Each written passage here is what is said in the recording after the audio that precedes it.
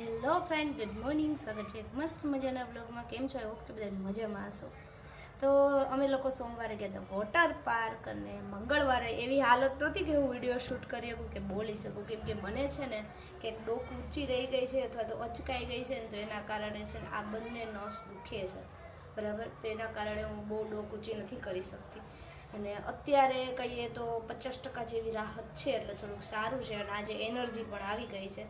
સાથે અહીંયા કોણીમાં વાગ્યું હતું, એટલે કોણીમાં અત્યારે આ તકલીફ છે. મતલબ અહીંયા તો છે ને એટલું જોરદાર આમ રાઇટ્સ કરવાની હોય એની જગ્યાએ મેં સેજ હાથ ખોલ નાખ્યો ને, તો રાઇટ સાથે જે પાટિયા હોય ને એની યારે મારી આ કોણી ભટકાણી બરાબરની, એટલે અહીંયા વાગી ગયું છે. સાથે અહીંયા ક્યાંક બીજે પણ વાગી ગયું છે, તો અહીંયા ગ્રીન થઈ ગયું છે. એટલે 2-3 જગ્યાએ એવું વાગ્યું છે. અને આપણા શરીરનું તો સ્નાયુઓ એટલી દુખે છે ને, એટલો થાક લાગ્યો છે ને. તો આજે બીજા દિવસે આજે એનર્જી આવી છે, તો કાલ તો બિલકુલ એનર્જી નહોતી. અને અત્યારે તો હજી ફ્રેશ થવાનું પણ બાકી છે, કેમ કે આજે મમ્મી પપ્પા ગયા છે, એક મરણ થઈ ગયું છે ત્યાં, એટલે મમ્મીના મામી ઓફ થઈ ગયા છે, તો ત્યાં ગયા છે. એટલે હમણાં એ લોકો આવી જવાના છે. તો મેં કીધું ફટાફટ આપણે કામ પતાવી દઈએ. અને કામમાં વાત કરીએ ને, તો અત્યારે જો ભાઈ કચરા પોતા ને એવું બધું થઈ ગયું છે. અને આ કોસ્ટ્યુમ છે અમારા બધા એના, જે અમે પહેર્યા હતા, બરાબર, ઘરે જ લઈ લીધા છે અમે લોકોએ. તો આ બધા અમે પહેર્યા હતા. તો હવે એવો વિચાર છે કે આ છે ને, આ બેગ અમે જે લઈ ગયા હતા ને જોડે, આ બેગ ધોઈ નાખી છે. તો જે બેગ અમે જોડે લઈ ગયા હતા ને, એ જ બેગની અંદર આ બધું ભેગું કરીને મૂકી દેવાનું, અને ઉપર લખી નાખવાનું વોટર પાર્ક. એટલે જ્યારે પણ જરૂર હોય ને ત્યારે આપણે આ બેગ જ સીધી લઈને હાલતું થવાનું રહી. અમુક વસ્તુ નાખવાની હોય, પાણીની બોટલને એવું નાખી દઈશું. અને અત્યારે આપણે ઘરનું બધું જ કામ ઓલમોસ્ટ કમ્પ્લીટ થઈ ગયું છે. એક કપડાં નથી ધોયા, કેમ કે ભાઈ મમ્મીની હમણાં આવશે તો એ ફરી પાછું નાહી અને કપડાં એના ધોવાના થશે, એટલા માટે એના કપડાં ધોયા આપણે નથી, કોઈના નથી ધોયા. હજી વોશિંગ મશીન ચાલુ કરવાનું બાકી છે, અને મારે અત્યારે નાહવાનું બાકી છે. તો ચલો આપણે બધું બંધ કરીને પહેલાં નાહી લઈએ, ફ્રેશ થઈ જાય, અને પછી તમને મળીએ રસોઈ કરવામાં. તો નાહીને હું થઈ ગઈ છું ફ્રેશ, હજી ચેન્જ કરવાનું બાકી છે. બટ આપણે કપકેક પડી હતી 2 દિવસથી, તો મેં કીધું ચલો ખાઈએ. અને કપકેકનો પણ હું ઓર્ડર લઉં છું. કોઈને કપકેક બનાવડાવી હોય તો મસ્ત મજાની જે ફ્લેવર બનાવવું હોય એ ફ્લેવર બની જાય. તો મેં ચોકલેટ ફ્લેવર બનાવ્યું હતું. તો મારી બેન આવી હતી ત્યારે તમે વિડીયોમાં આગળ જોઈ જ લીધેલું છે. તો એની કપકેક હજી એક અધૂરી પડી હતી, મેં કીધું ચાલો ખાઈ લઈએ. મેં પેક કરીને મૂકી હતી ને, તો એકદમ નરમ જ છે, હજી કંઈ થયું નથી. જો ખુલ્લી તમે ફ્રીજમાં મૂકો ને તો તરત કડક થઈ જશે એકદમ. પણ એની જગ્યાએ તમે વાટકાને ઉપર ઢાંકીને, ડીશ ઢાંકીને મૂકશો ને, તો તમારે કાંઈ નહીં દે કપકેકને. તો મસ્ત મજાની કપકેક છે, ઓર્ડર લઉં છું. કોઈને આપવો હોય તો આપી દેજો. આજે છે ને ભાઈ સિલાઈ કામ કરવાનું છે. મતલબ કે આ કુર્તી 1-2 વાર પહેરીને પછી આ લોકોની સિલાઈઓ એકદમ કાચી હોય ને, તો મેં કીધું હવે ઘરમાં પહેરવા કાઢવી છે. પણ જ્યાં તો જોઉં ને તો બધી સિલાઈઓ નીકળી ગઈ. એક વખત કુર્તી ધોઈને ત્યાં બધું નીકળી ગઈ છે સિલાઈઓ. પહેલાં છે ને મેં કીધું બધી જ જગ્યાએ સિલાઈ વ્યવસ્થિત મારી દઈએ, પછી જ કુર્તી પહેરવાની. ગમે એ રેડીમેડ કુર્તી લઈએ એટલે એની આ જ તકલીફ થાય છે, સિલાઈઓ તરત નીકળવા મળે. એટલે પહેલાં જ કુર્તીને છે ને ચારે બાજુથી બરાબરની સિલાઈઓ લગાવી દેવાની, પછી જ કુર્તી પહેરવાની. ત્યાં સિવાય કુર્તી પહેરાતી નથી, એવી હોય છે. તો ચલો આપણે ફટાફટ પહેલાં એને સિલાઈઓ મારી દઈએ. તો હું થઈ ગઈ છું ફ્રેશ, અને હવે બનાવવાની છે આપણે રસોઈ.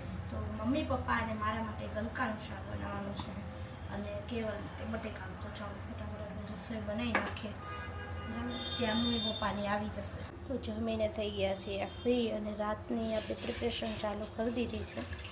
તો રાતે બનાવવાની છે વઘારેલી ખીચડી. તો ચલો જો વઘારેલી ખીચડીમાં હું કેટલું કઠોળ એડ કરું છું. બધું જ કઠોળ. તો પહેલાં તો દેશી ચણા બધું થોડું થોડું પલાળીએ ને તો ઘણું બધું થાય. પછી છોલે, રાજમા, જેટલું કઠોળ હોય એટલું બધું જ નાખવાનું. સોયાબીન, ચોળી, પછી વટાણા, સફેદ વટાણા છે તો સફેદ વટાણા, લીલા વટાણા હોય તો લીલા વટાણા, જે કઠોળ તમને વધારે ભાવતું હોય એ વધારે નાખવાનું. અહીંયા મેં 4 કઠોળ અહીંયા એડ કર્યા છે. અને હજી ખીચડી બનાવીશ ને ત્યારે બીજા બધા ઘણું એડ કરીશ, જેમ કે દાળ છે, બધી મગ છે, એ બધું. અને બીજું તો ચોળી જેવું તો તેલ ખલાસ થઈ ગયું છે, એટલે ચોળા મોટા આવે, ચોળા એવું બધું પલાળવાનું. તો આ કામ અત્યારે કરવું પડે. હવે મારે જવાનું છે ઉપરને રૂમમાં હોવા કામ કરવા. તો એ પહેલાં આપણે થોડોક બરફ ઘસી લઈએ. મેં વિચાર્યું હતું કે આજે નાની એવી રીલ્સ બનાવવું, વ્લોગ બનાવવું, મિની વ્લોગ અને એડિટ કરું અને તમને બધાને અમે જે ફેમિલી ફન વોટર પાર્કમાં ગયા તેની બધી માહિતી આપો. બટ આજે માઉસ નથી અહીંયા. હા, અહીંયા છે ખરા, પણ આ માઉસની અંદર આ વાયરલેસ છે, સેલ ઉપર ચાલે તો સેલ નથી, ખલાસ.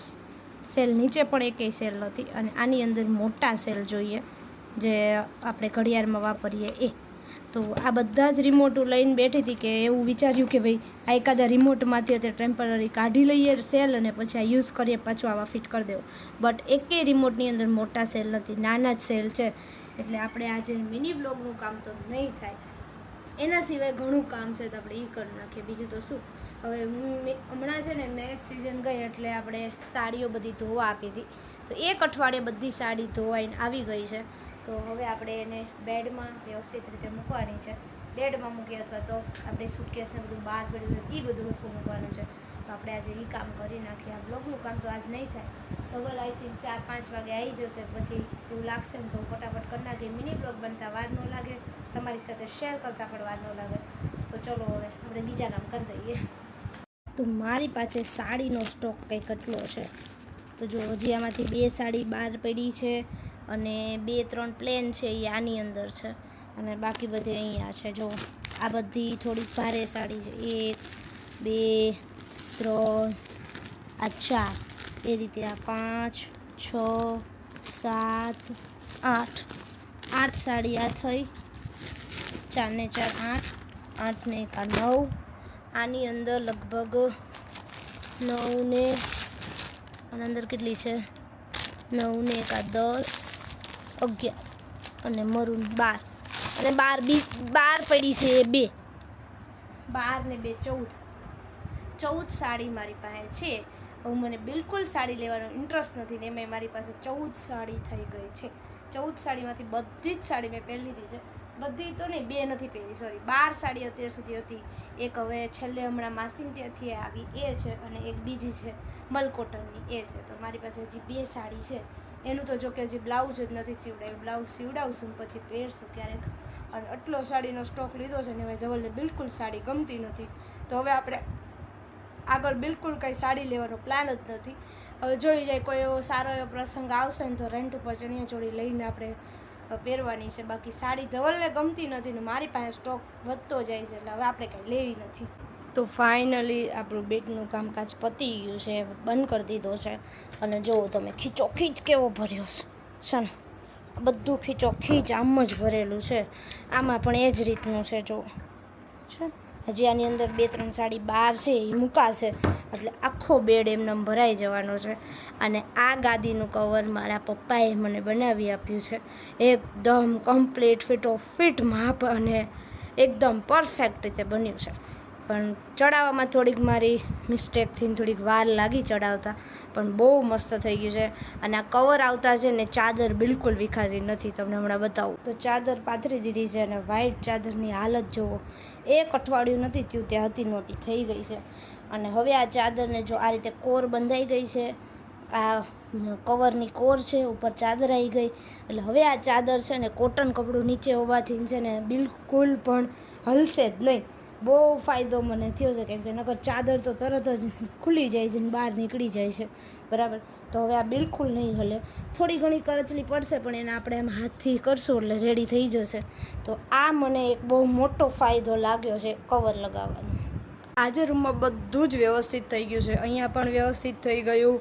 આ કબાટને પણ મેં ધીમે ધીમે અઠવાડિયાથી બધું કરતી હતી તો એ પણ બધું વ્યવસ્થિત રીતે ગોઠવાઈ ગયું છે. ઉપર પર્સનો તો જુઓ થપ્પો મારી પાસે કેટલા બધા પર્સ હમણાં થઈ ગયા છે. એક તો રેગ્યુલર યુઝ કરું છું તો બહાર પડ્યું છે. અને આ સ્પ્રે, શેમ્પૂ અને બીજું આ છે હેર સ્પ્રે છે. આ બધા સ્પ્રે છે. પછી આ સિરમ છે, શેમ્પૂ છે, સ્પ્રે છે. તો બધી જ વસ્તુ અહીંયા મૂકી દીધી છે. આ બધા રેગ્યુલરના કપડાં છે. આની અંદર ધવલના ઇસ્ત્રી થયેલા રેગ્યુલરના કપડાં છે, નવા કપડાં છે. આ વેસ્ટર્ન કપડાં છે એના નવા. આમાં મારા વેસ્ટર્ન છે અને નીચે બધું આ મારું. આ બધું જ મારો ખજાનો છે. આમાં વેસ્ટર્ન પણ છે અને ટ્રેડિશનલ પણ છે.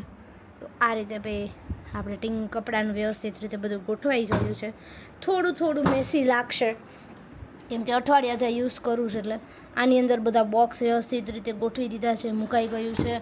આમાં પણ એ જ રીતે બધું થોડું ઘણું આડાઅવડું કરીને વ્યવસ્થિત મૂકી દીધું છે વધારાની વસ્તુ. અને આપણે જુઓ મિરર પણ સાફ થઈ ગયો છે. આ કબાટને પણ મેં 4-5 દિવસ પહેલાં વ્યવસ્થિત કરી દીધું હતું. આજે બધા કપડાં આપણે ન પહેરવાના હોય કાઢી નાખ્યા છે, જેથી તેથી હવે કોકને આપી દેવાના કાં તો જવા દેવાના છે.